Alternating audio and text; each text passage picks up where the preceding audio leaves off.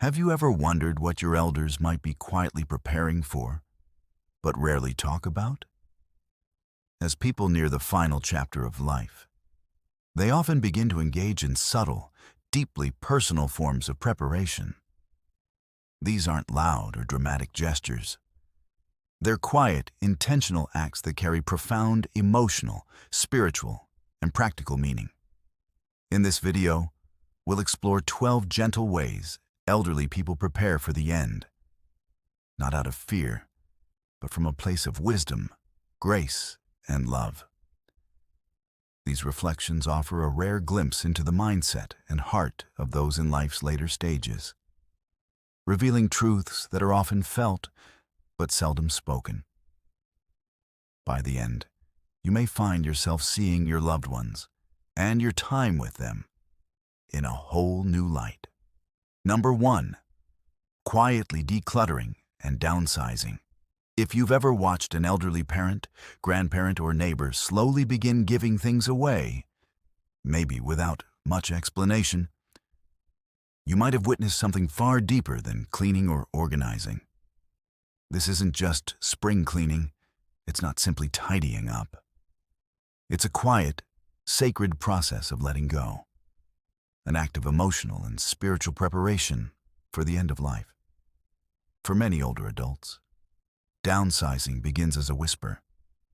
A stack of old letters tied with string, an unused set of china wrapped and handed to a grandchild, a dusty tool passed down from a father to a son.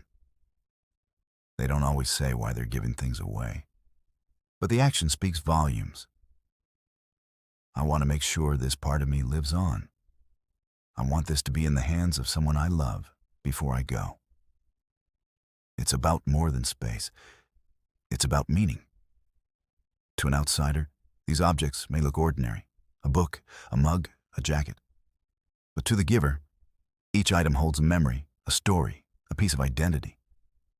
That mug, it might be from the trip they took right after getting married. That jacket, maybe it belonged to their father, and they wore it during tough winters while building their life. Giving it away is not easy. It's emotional. It can feel like peeling off parts of oneself, one piece at a time. But it's done with love. It's an act of care, not just for things, but for people. It's not about possessions, it's about legacy. When elders declutter, they are also quietly curating their legacy. They're asking, what will be left of me when I'm gone? This is why so many elders become intentional about who gets what. They don't want their life's treasures, no matter how small, to end up in a donation bin. They want them to matter to someone. They might say things like, "Your grandfather would have wanted you to have this. This was always meant for you. Take it now, while I can see you enjoy it." That last one holds so much heart. While I can see you enjoy it. It's not just about distribution. It's about experiencing the joy of giving while still alive. Letting go is also about love. It's important to understand that this isn't always a cheerful process. For many elders, decluttering also means facing memories they haven't visited in years. Old wedding photos from a spouse who passed away. Children's toys from kids who are now grown, distant, or gone. Clothes from a time when they moved more freely, laughed more easily. Letting go of these things can bring tears. Sometimes it triggers silence. Sometimes it opens a flood of stories they haven't told in decades. If you're with someone during this time, be present, be gentle, and listen. You're not just cleaning a room. You're walking through the museum of a life. Sometimes they do it alone. Not all elders declutter openly. Some do it quietly, late at night, behind closed doors, because they don't want to burden anyone or draw attention to the fact that they're preparing for the end. They may slowly clear drawers, shred old papers, discard private letters, or sort through photos when no one is watching. This secrecy isn't always sadness. Sometimes it's a desire for dignity, privacy, and control. It's a gift for those left behind. One of the most loving things a person can do before passing is remove chaos for the ones who remain. Elders who downsize are often trying to spare their children or loved ones from the emotional overwhelm of sorting through decades of belongings. They've seen what happens when no one prepares. Grieving families torn over who gets what. Garages filled with the haunting question, should we keep this or throw it away? So they act quietly now to reduce that future pain. It's also a mirror.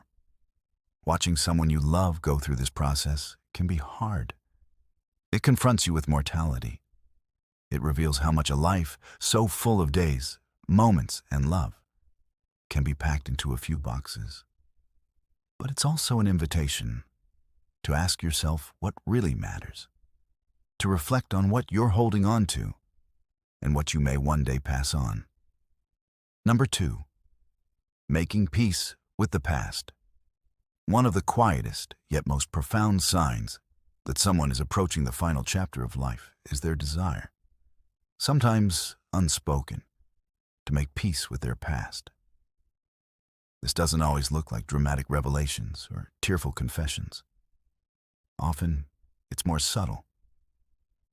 A shift in tone during a story, a long pause before memory, an unexpected apology that catches you off guard. Elders preparing for the end often begin to revisit the winding paths of their past, not to dwell, but to settle, to soften, and to make peace. Memory becomes a mirror. As the noise of daily life quiets down in later years, reflection takes center stage.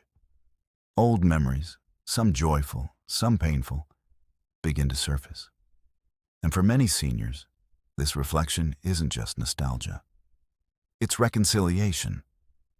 They may think of choices they regret, words they wish they hadn't said, relationships that ended without closure. There is often a longing, not always for forgiveness from others, but for self-forgiveness. You might hear an elder say, "I never should have said that to your father. I wish I had done more for my sister. I hope they know I always loved them, even if I didn't say it enough." These aren't idle comments.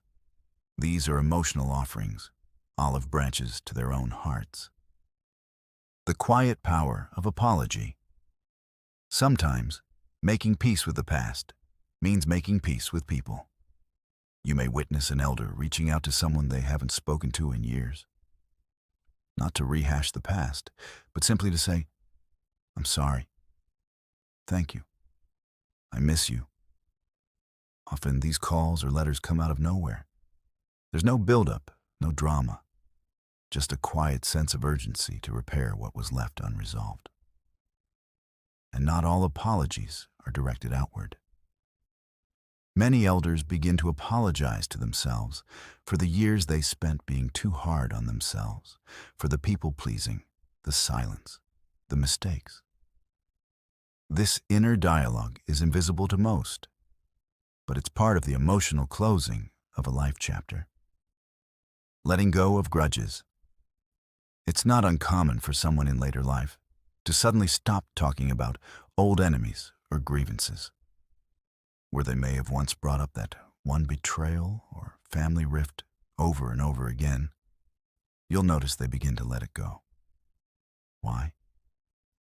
Because they realize, sometimes only late in life, that carrying that pain weighs more than releasing it. There's a quiet shift that happens in the soul when someone truly forgives, not for the sake of the other person, but for their own peace. They understand, at last, that bitterness doesn't prevent death, it only prevents peace. Forgiveness isn't forgetting, it's freedom. And many elders seek it, quietly and courageously, in their final seasons. Revisiting old joys and wounds. Making peace with the past doesn't only mean dealing with regrets. It also means reclaiming the good that was forgotten. You might notice someone suddenly pull out an old photo album or tell you about a friend from childhood, a first love, or a moment of triumph they've never shared before. They're not boasting. They're not clinging.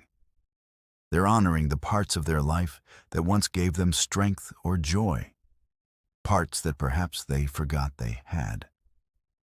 Sometimes, this process includes sharing painful memories they've kept hidden for decades, childhood traumas, past abuse, heartbreaks.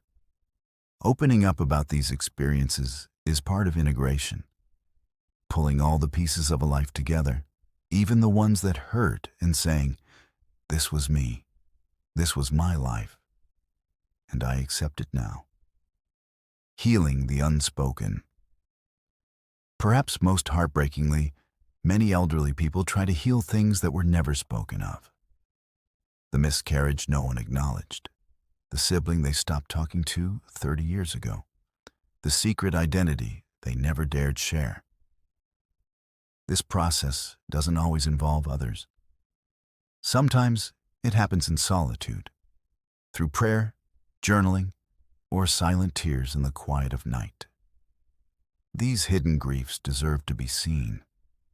They're often the final inner burdens elders try to unburden themselves from, even if no one else understands what they're carrying.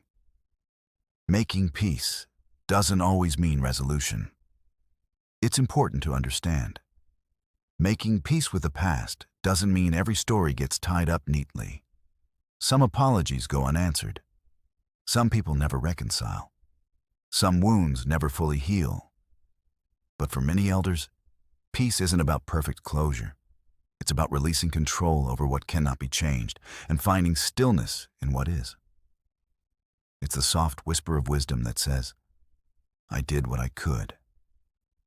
I'm no longer fighting my past. I accept it. I'm ready." Number 3, talking more about spirituality. As people approach the final stage of life, something profound often begins to stir quietly beneath the surface. An awakening, or sometimes a returning, to spiritual questions that may have been dormant for years. It doesn't always look like joining a church or quoting scripture. In fact, it's often subtle, humble, and deeply private. It shows up in soft-spoken reflections, quiet rituals, or a newfound reverence for everyday moments. This turn toward spirituality is not always about religion. It's about meaning, about what endures, about where we go, or what we become after this life, and about who we've been. A shift toward the eternal. You might notice an elder gazing out the window longer than usual, watching birds, listening to the wind, tearing up at a piece of music. These aren't just idle moments. Often, they are contemplative pauses, whispers of something deeper. What does it all mean? Where do I go next? Was I a good person? Spirituality at the end of life is rarely about certainty. More often, it's about curiosity, surrender, and a longing for peace. Old beliefs resurface or transform. Some elders return to the faith they were raised with, saying old prayers they once memorized, lighting candles, attending services, or asking for visits from clergy. Others drift toward new beliefs, different traditions, or more abstract ideas, like being reunited with loved ones in another form, or simply becoming part of the universe again. You may hear phrases like, "I think I'll see him again someday. I feel like she's watching over me. Maybe we don't end. Maybe we just change." These aren't always statements of doctrine. They're gestures of hope, attempts to make peace with the unknown in a way that soothes the heart. Nature becomes sacred for many older adults. Spirituality becomes less about temples or altars and more about presence. A walk through the garden becomes prayer. A sunrise becomes a sermon. A grandchild's laughter becomes communion. They begin to see the sacred in the ordinary, the divine in the small. This shift isn't about abandoning faith, but about expanding it, recognizing that holiness can be found in places far beyond traditional sanctuaries. Conversations take on deeper themes. If you listen closely, you might find the elders in your life weaving spiritual threads into everyday conversations. They might say, "Everything happens for a reason. I think I'm being prepared for something. I don't know what's next, but I'm not afraid." These words are quiet expressions of spiritual integration, where a lifetime of experiences is finally being seen as part of a greater whole. They may start talking about dreams, intuition, or even encounters with those who've passed. Whether you believe in those things or not, it's important to recognize that these moments are often very real to the person experiencing them. Rituals and symbols become more important. You may see an elder suddenly become more protective of certain practices, lighting a candle before dinner, holding onto a cross, a rosary, or stone, reading a devotional, playing a particular hymn over and over. These aren't just habits. They're anchors. They provide a sense of continuity and reassurance. They are the elder's way of connecting to something timeless, something bigger than their current body, room, or diagnosis. Even people who have never called themselves spiritual might begin to seek comfort in something, even if they can't name it. A sense that they're not alone, that there's something beautiful on the other side, that all this pain, all this joy, all this life was part of something purposeful. The fear begins to diminish. Spirituality doesn't always erase the fear of death, but it often softens it, as people grow more connected to something larger than themselves. Whether that's God, nature, the soul, or simply the memory of love, they begin to carry less fear and more acceptance. This doesn't mean they're ready to go. It means they found peace in the idea that when they do go, something meaningful remains. They often begin to speak not in fear, but in trust. "I'll be okay. When it's time, I'll know. I'm not alone." These aren't just comforting words. They're spiritual affirmations that come from deep within the soul. What they want you to know. If you have an elder in your life who begins talking more about life after death, or about God, or the universe, or forgiveness, or the soul, listen with your heart, not just your ears. They may be inviting you into their deepest inner world, not to teach, preach, or convince, but to share, to connect, to be witnessed. They don't always want answers. They want companionship as they explore the mystery. Let them speak, ask questions. Let them show you what gives them peace. Because in those moments, you're not just hearing about their beliefs. You're witnessing their courage, their surrender, their beauty. Number 4, revisiting old relationships. As the end of life slowly approaches, many elders begin to do something subtle but deeply meaningful. They start revisiting old relationships. Not always with grand gestures, not always with dramatic reconciliations, but often with small, deliberate actions that signal a desire to repair, remember, or release. Some of these relationships go back decades. Others were never fully formed. Some are still active, but in need of deeper connection. Regardless, there's often a quiet, pressing sense in an elder's heart. If I don't say this now, I may never get the chance. The urge to reconnect. You might notice an older person suddenly reach out to someone they haven't spoken to in years. An estranged sibling, an old friend they lost touch with. A cousin they once argued with over something no one even remembers clearly. They might call, write a letter, or ask someone else to help them reconnect. Often, it's not about digging up the past. It's about softening it. It's about making sure that when the curtain begins to fall, no heartstrings are left too tightly knotted. You may hear them say, "I've been thinking about her a lot lately. Do you think he'd still want to talk to me? I don't want to leave things the way they are." These aren't just idle musings. They are invitations to healing, spoken in the language of reflection and humility. Apologies and acknowledgments. Not all old relationships were broken. Some were simply unfinished.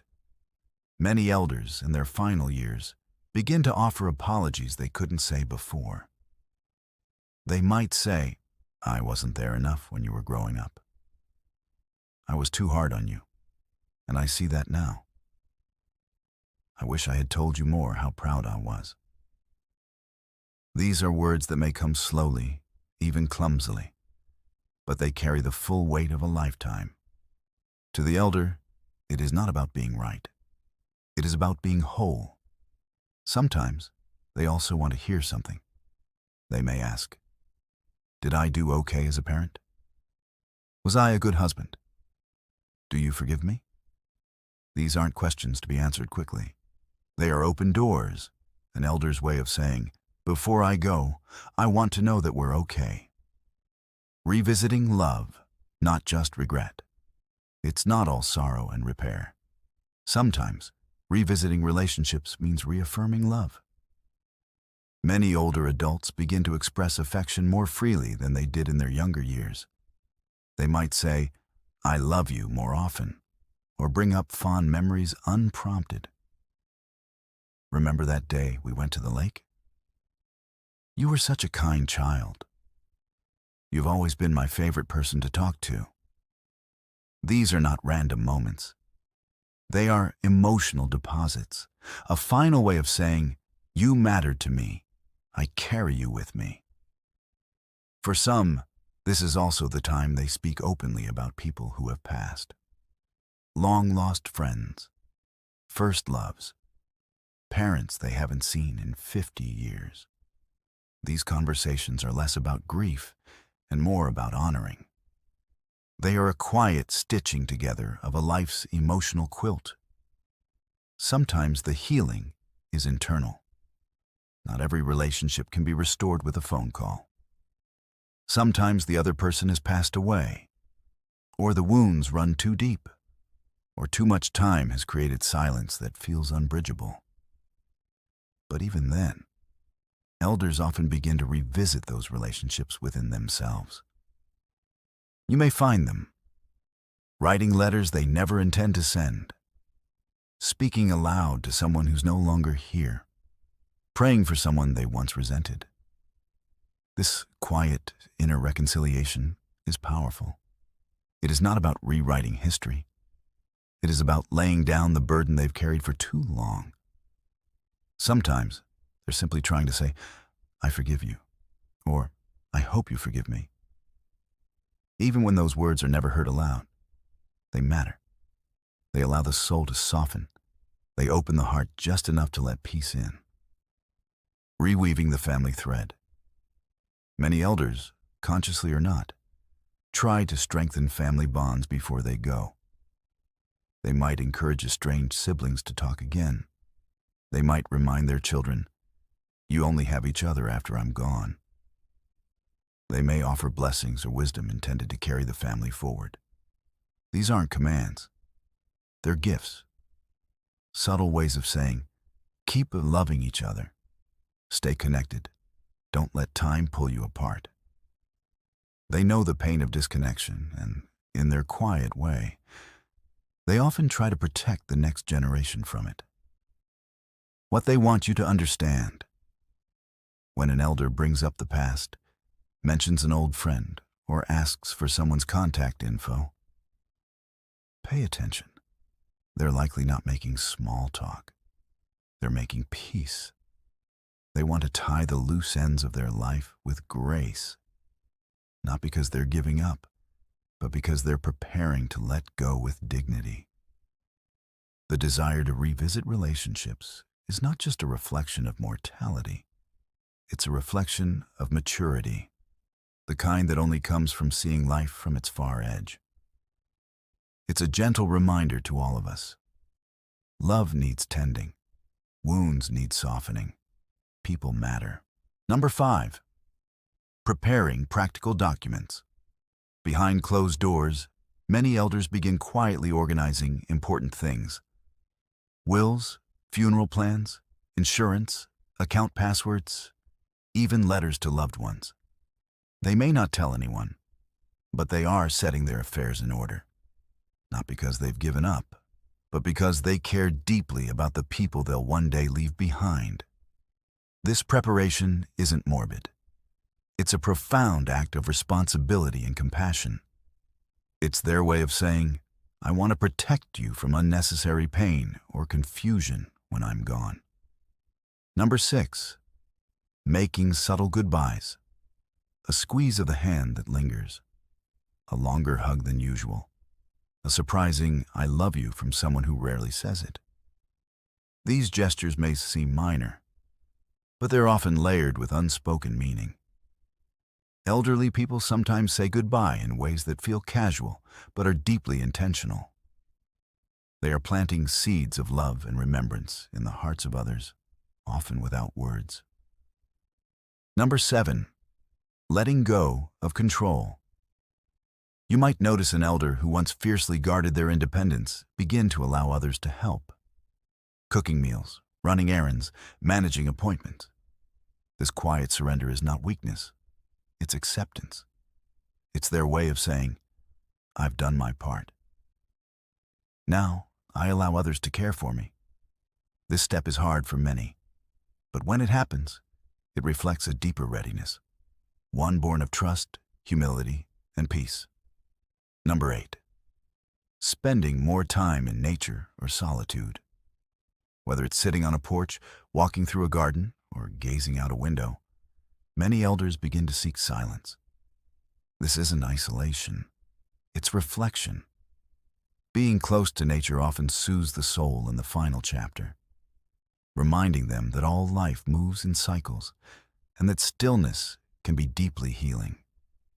These quiet moments are often where they process, release, and prepare in ways words can't express. Number 9. Becoming more sentimental tears at a song, a long gaze at a photo, saving a voicemail, clinging to small, meaningful rituals. As the end approaches, emotional expression becomes richer, deeper, and more spontaneous. They may cry more easily, reminisce more vividly, or laugh more freely. These aren't signs of decline. They're signs of feeling life more deeply and saying goodbye, one emotion at a time. Number 10. Living more simply. The drive for more fades. Many elderly people shift toward enough. They may stop striving or accumulating. Instead, they savor the coffee, the bird's song, the conversation, the memory. This simplicity isn't resignation. It's wisdom. It's seeing clearly what really matters. In a world obsessed with doing and having, elders preparing for the end often teach us the radical grace of simply being. Number 11. Passing down values and stories. You may notice more storytelling, life lessons, or phrases like, don't forget where you came from. Always treat people kindly. These aren't just anecdotes. They're spiritual heirlooms. Elders often try to pass down their essence, the morals, ideas, and hopes they want to live on after they're gone. These words are the true inheritance they hope you'll carry forward. Number 12. Embracing a quiet readiness. Finally, the most sacred and often unspoken sign is a quiet sense of readiness. It may not be verbalized, but you'll feel it in their presence. A certain calm, a softening, a lightness. This doesn't mean they've given up. It means they've made peace with life, with others, and with the path ahead. It's a grace-filled acceptance that says, I've loved. I've lived. I'm ready when the time comes. Thank you for joining us on this deeply human journey. These 12 quiet ways our elders prepare for the end are not about despair, but about dignity, love, and wisdom. Now it's your turn to reflect. What touched you most? What's one thing you'll do differently after hearing this? Share your thoughts in the comments.